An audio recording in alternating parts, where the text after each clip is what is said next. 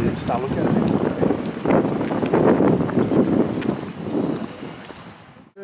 Ouais. Oui, ça a plus fait de jardin que de sport. C'est vrai? Oui, bien sûr. Vous avez tant d'été.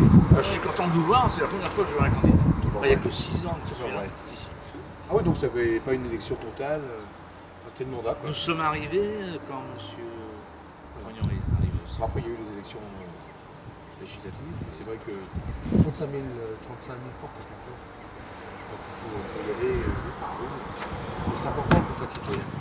Oui, c'est très gentil. J'ai pu voir des gens en général. Je suis porte-drapeau. Ouais. Donc je vous vois de temps en temps. Mais... Pardon? Je savais bien que tu connaissais. Vous avez eu la plaquette libéralisation Dans la boîte aux lettres. Très bien. Moi je la prends aussi. Ça vous a plu? Surtout le plan transport. Ouais. Ça...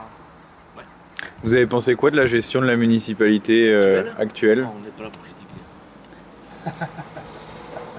Et pour agir. Moi j'entends ça en fait dans le discours de monsieur. Hein, voilà. Il critique pas mais il agit, après il fera le vote qu'il fait. Ludovic Jolivet, bonjour. Bonjour. Alors, est-ce que vous pouvez vous présenter? Vous êtes conseiller régional et vous êtes également le candidat de la droite aux élections municipales de Quimper. Donc je suis Ludovic Jolivet, j'ai 49 ans, je suis marié, je suis père de 3 enfants, je suis dans la communication depuis 25 ans. Je suis donc conseiller régional depuis 2010 et conseiller municipal d'opposition depuis 2008. Et j'ai, dans le mandat 2001-2008, été adjoint au maire, chargé des sports à Quimper. Je suis un pur produit de la vie associative quimpéroise. Alors, la campagne va bientôt s'achever, en fin de semaine. Est-ce que vous avez un premier bilan? Quelles sont vos attentes et vos espoirs? L'espoir, c'est gagner la ville, c'est de mettre en place l'alternance dans cette ville. Première chose, ça c'est l'objectif numéro 1, c'est mettre fin à une grande carrière de Bernard Poignon, le maire sortant, qui depuis 40 ans a en main les destinées de la ville de Quimper et de ce territoire. Et il ne nous laisse pas un territoire en bonne santé, on ne peut pas le dire. Et par conséquent, il faut mettre un terme à ce cumul de mandats dans le temps qui est nocif. Je crois qu'à un moment donné, quand on cumule autant de mandats, on considère que la mairie c'est sa chose et la routine l'emporte sur la nécessité de la mettre en prospective. Alors c'est un des reproches qui a été fait à M. Poignant, c'est son absentéisme à Quimper et au privilège de Paris. Alors. Bernard Poignon a toujours eu la tête à Paris, et depuis que François Hollande est président de la République, c'est la tête et le corps qui sont à Paris. Il a négligé le territoire, on le voit bien aujourd'hui. Alors il se réveille un peu pendant la campagne électorale, il est un peu plus présent, il nous fait quelques annonces avec ses camarades, mais je crois que c'est quelqu'un qui n'est pas véritablement intéressé par la défense de son territoire. Il a prouvé tout au long de ses mandats, les mandats de Bernard Poignon n'ont pas été je dirais, extrêmement prégnants et positifs pour le territoire, tout simplement, que ce soit en économie, que ce soit dans l'aménagement de territoire, que ce soit mettre en perspective Quimper et la Cornouaille, qui décrochent en termes économiques. On voit bien que l'agroalimentaire se porte mal. Non, ce n'est pas un bon point que l'on peut adresser au bilan de Bernard Poignon. Est-ce que vous pensez pouvoir être la seule ville, en Bretagne je parle, où la ville bascule à droite dans une semaine? Les grandes métropoles, oui. Alors, Rennes, Lorient, c'est quand même assez compliqué pour qu'on puisse détrôner les socialistes en place. Brest, il y a peut-être une ouverture, mais nous avons un combat interne qui doit être réglé entre Bernadette Malgorn et Laurent Prunier. C'est pas la meilleure des solutions, c'est évident. Quimper est la ville de Bretagne où nous avons réussi à faire l'union, UMP-UDI, et où, ma foi, chacun est rentré un peu, entre guillemets, dans les starting blocks pour gagner. Reste maintenant à conclure une bonne union avec éventuellement Isabelle Lebal de Vivacité. Je pense qu'Isabelle Lebal est tout à fait consciente de la nécessité d'alternance et que cette alternance ne peut se produire que si nous sommes capables d'unir nos forces pour gagner. Alors justement, quelle est votre vision de ces municipales, que ce soit déjà en Bretagne, mais même au niveau national? C'est une campagne électorale qui a été assez morne en général. Nous avons été beaucoup sur le terrain, on a beaucoup proposé, on a été présents, actifs, on a mené un certain nombre d'opérations. Nos adversaires en face se sont mis en campagne très tard. Ils n'avaient pas intérêt à se mettre en campagne très tôt, je parle notamment des socialistes, puisque la majorité socialiste était en campagne depuis le 15 février, n'avait pas envie d'en découdre, n'avait pas envie de débattre, parce que, ma foi, la politique nationale entache un petit peu cette municipale. Et puis le maire de Quimper, sortant, est aussi le conseiller du président de la République, et ça, il n'avait pas spécialement envie d'être sur le terrain et devoir donner des comptes aux Quimpérois. Au niveau de la Bretagne, on a l'impression que ce qui fait perdre la droite depuis pas mal d'années maintenant, c'est c'est peut-être une droite un peu trop molle. Quelle est votre opinion là-dessus? On a l'impression que cette droite n'est pas du tout en ordre de bataille, notamment pour ces échéances, mais même pour les prochaines, je pense aux élections régionales de l'année prochaine, voire aux élections cantonales. Ouais, parfois on nous reproche d'être trop mou, parfois d'être trop dur.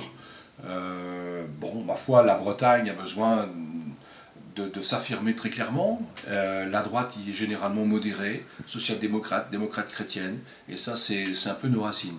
Et ma foi, moi qui suis parfois accusé d'être une droite libérale et dure, copéiste, sarkozyste, voyez, on me donne tous ces qualificatifs. Moi je suis quelqu'un d'humaniste, je suis aussi humaniste que d'autres, et largement mieux, mon cœur bat aussi, et par conséquent cette droite a besoin en tout cas de s'affirmer. Elle a besoin, contrairement peut-être à d'autres, de dire clairement les choses. Les citoyens ont besoin d'avoir des références, ont besoin d'avoir des mots pour qu'ils arrivent à avoir des positionnements ou avoir des positions à prendre. Or, la droite comme la gauche, parfois, n'ont pas su utiliser les mots pour faire comprendre aux citoyens ce que voulait dire politique, ce que voulait dire politique publique. Et par conséquent, à un moment donné, la droite n'a pas su se focaliser sur l'essentiel, n'a pas vu éventuellement que le peuple breton, la partie ouest de la Bretagne, sombrait, qu'il y avait un sentiment de déclassement dans quelques populations. Et je crois qu'on le paye un peu aujourd'hui. Je crois qu'il faut qu'on se réaffirme, qu'on se réapproprie un certain nombre de valeurs, et qu'on ose surtout les mettre sur la place publique. Mais bon, on est en Bretagne, et moi qui suis bien sûr breton, né ici, de parents bretons, on peut effectivement, oui, être gêné parce que la Bretagne a parfois du mal à entendre. Le peuple breton est parfois résigné, ou va très loin, il est très tolérant. Puis à un moment donné, lorsqu'il se sent vraiment acculé, c'est là qu'il réagit très fort. Et il ne faut pas laisser le peuple breton réagir trop fort. Il vaut mieux lui apporter un certain nombre de politiques publiques, bien lui faire entendre parfois qu'il est compris. Et je crois que le peuple breton est un peuple finalement travailleur, qui est très engagé en politique, le milieu associatif en Bretagne il est très fort, le milieu identité culturelle est très fort, et ça c'est un atout, et qu'on ne sait malheureusement pas mettre en avant. Donc j'espère que nous on arrivera, que la droite et l'UMP arriveront en tout cas à affirmer les valeurs qui sont les siennes, et à faire en sorte d'être reconnus pour ce que l'on est. Alors vous avez parlé de colère bretonne, justement Quimper a été le théâtre d'une grande manifestation des bonnets rouges. Est-ce que vous avez suivi ce mouvement et comment vous le voyez évoluer à l'avenir? J'ai participé au mouvement, j'ai mis le bonnet rouge parce que j'ai eu aussi le sentiment, comme bon nombre de Bretons, que nous étions en voie de déclassement. On peut craindre une sorte d'exode régional. Quand on voit l'agroalimentaire qui se casse la figure, quand on voit qu'un certain nombre d'industries quittent la Bretagne ou quittent l'ouest breton pour se positionner ou dans le Morbihan ou dans l'Ille-et-Vilaine ou en dehors, on peut s'inquiéter. On peut s'inquiéter de la fermeture des abattoirs de Gade, on peut s'inquiéter de la fermeture d'un certain nombre d'entreprises comme Dout, Isapco. Vous savez, la Bretagne a répondu à une demande de l'État après la guerre, de nourrir le peuple de France. Et aujourd'hui, on l'accuserait de tous les maux, parce qu'elle a éventuellement pollué, parce qu'il y a les algues vertes, parce que nos produits ne sont pas bons. Qu'est-ce que ça veut dire? Non, il faut absolument que l'industrie agroalimentaire joue un rôle majeur dans la Bretagne, parce que derrière l'industrie agroalimentaire, il y a les emplois. Quand on sait qu'on a perdu 24 000 truies en Bretagne en 2013, que ça génère, ces 24 000 truies, 1 million d'œufs de cochons, et 1 million d'œufs de cochons, ça permet de nourrir un abattoir pour une année. Le jour où on n'a plus ces truies et ces cochons, qu'est-ce qu'on fait des salariés qui travaillent dans ce type d'industrie? Donc il est important que la Bretagne, l'agroalimentaire, reprenne sa place. Nous allons être 10 milliards de terriens dans quelques années. L'industrie agroalimentaire en Bretagne est en mesure de nourrir 30 millions de personnes. Et on ne jouerait pas un rôle majeur dans l'alimentation? On doit imaginer quelles seront les protéines nouvelles, quels seront les goûts nouveaux, quelles seront les textures. Il va y avoir une raréfaction de la matière première. Or, nous avons en Bretagne des vaches, des cochons, du lait, du beurre, des produits de la mer, et on doit absolument faire en sorte que cette matière première, bien sûr, reste ici, mais ça, personne ne pourra nous l'enlever, et qu'on soit en mesure de la transformer ici, pour faire de l'emploi, et pour montrer que la Bretagne, c'est aussi donner ce qu'elle a de meilleur. Alors vous avez parlé d'agroalimentaire, mais il y a aussi la question identitaire, culturelle qu'ont mis en avant les bonnets rouges. Est-ce que vous participerez à la manifestation du 19 avril à Nantes pour la réunification de la Bretagne ? Je suis favorable à la réunification, mais parce que la Bretagne est une terre dont les contours sont clairs. On a une langue, on a un drapeau, on a une musique, on a la danse, on a une force culturelle très forte. Dans une mondialisation parfois malheureuse, dans une aseptisation un petit peu, enfin dans un monde aseptisé, je pense que la Bretagne a son épingle du jeu à tirer. C'est une des raisons pour laquelle, dans les 2 axes de mon mandat, l'agroalimentaire, l'emploi, l'agroalimentaire, l'économie, le projet Green Valley, et en axe de Quimper, capitale de la culture bretonne, on est au cœur de ce que l'Ouest breton revendique aujourd'hui. Cette identité forte, ce concentré de Breton ou de Bretagne que l'on a à Quimper est un atout extraordinaire, et c'est ici que nous devons absolument redonner de l'espoir à l'Ouest breton. Quimper a ce rôle majeur de jouer à la fois d'être à la fois la locomotive et d'être aussi une locomotive culturelle pour la Bretagne et pour la France. La campagne des municipales à Quimper a été très peu marquée par la thématique de la sécurité. Est-ce que c'est quelque chose que vous mettez au centre de votre programme ? Pas véritablement. Je pense que nous devons répondre à des agissements de quelques populations qui sont un peu en marge. Il y a quelques quartiers sensibles à Quimper. On a eu des vols importants, mais ça, c'est pas spécialement l'œuvre de Quimpérois. On a des bandes organisées qui nous viennent ou de la région de Nantes ou de la région de l'Est de la Bretagne, qui viennent faire des coups à Quimper, et on doit se protéger. Donc je ne suis pas favorable, moi, à la mise en place d'une police municipale, parce qu'il faut trouver un juste milieu entre la police nationale et la police municipale. Je fais confiance à la police de mon pays. Une police municipale coûte cher. Pour avoir 6 ou 7 agents dans la rue, il faut à peu près 24 policiers municipaux. Et après, on doit imaginer quels sont le rôle des uns et des autres, de la police nationale ou de la police municipale. Parfois, il y a des patrouilles communes. Faut-il y aller dans ce sens? Je ne suis pas véritablement favorable. Je suis pour que la police nationale à Quimper soit au plus près de son référentiel. Ils sont à peu près 120 agents. On doit maintenir le nombre d'agents à Quimper pour assurer la sécurité des Quimpérois. Maintenant, je ne suis pas du tout opposé, et on l'a proposé d'ailleurs, à ce qu'il y ait des caméras de vidéoprotection dans les quartiers ou dans les endroits sensibles de la ville pour prévenir et pour essayer d'être dissuasif pour ceux qui viendraient faire des coups à Quimper. Quant aux marginaux qui nous empoisonnent la vie parfois au cœur de ville, je crois que le système quimpérois au niveau solidarité fonctionne relativement bien. Maintenant, on ne peut pas contraindre ceux qui veulent vivre en marge de respecter la liberté des autres. Donc je demande au maire de Quimper de faire respecter les arrêtés qu'il prend, ou de demander à la police d'être extrêmement intransigeante là-dessus, sur la mendicité agressive qui n'est pas tolérée, comme la consommation d'alcool. Donc il faut à Quimper appliquer la loi, toute la loi, et rien que la loi.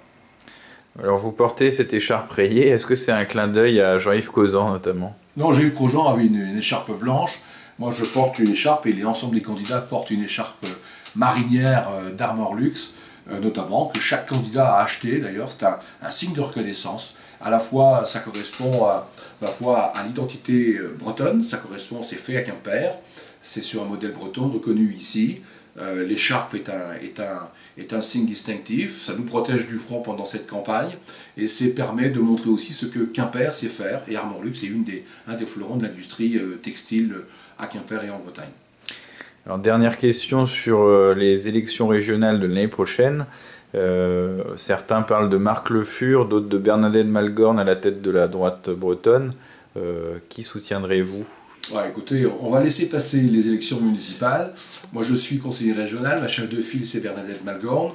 Elle a fait du bon travail. Marc Le Fur voudraient peut-être être aussi dans la mêlée, pourquoi pas, mais on le verra en temps voulu. Je crois que le moment aujourd'hui, c'est d'être mobilisé sur les élections municipales qui peuvent changer le paysage breton, et en fonction de ce changement, je crois que les têtes de liste pourront s'affirmer différemment. Bon, si Bernadette Balgorn gagnait la ville de Brest, elle pourrait peut-être avoir sa place dans une liste ou porter la liste. Si la situation brestoise se porte ou va mal, s'il y a des confrontations entre Laurent Prunier et elle, je crois que c'est mal en manché cette affaire. Donc par conséquent, il y a besoin de sérénité, mais aujourd'hui on doit être mobilisé, arc-bouté pour gagner des villes. Les régionales, on le verra l'année prochaine. Monsieur Jolivet, merci. Merci beaucoup. T'as pas lu comme ça? C'est le best-seller de la rentrée. de la rentrée. Non, j'ai eu des polars. Ah, Bonjour, qu'à faire? Rien. en rien. Ça, C'est un cadeau. c'est un cadeau. Il était dans les librairies, mais c'est les soldes de fin de campagne. Thank you very much. All right. Je parle de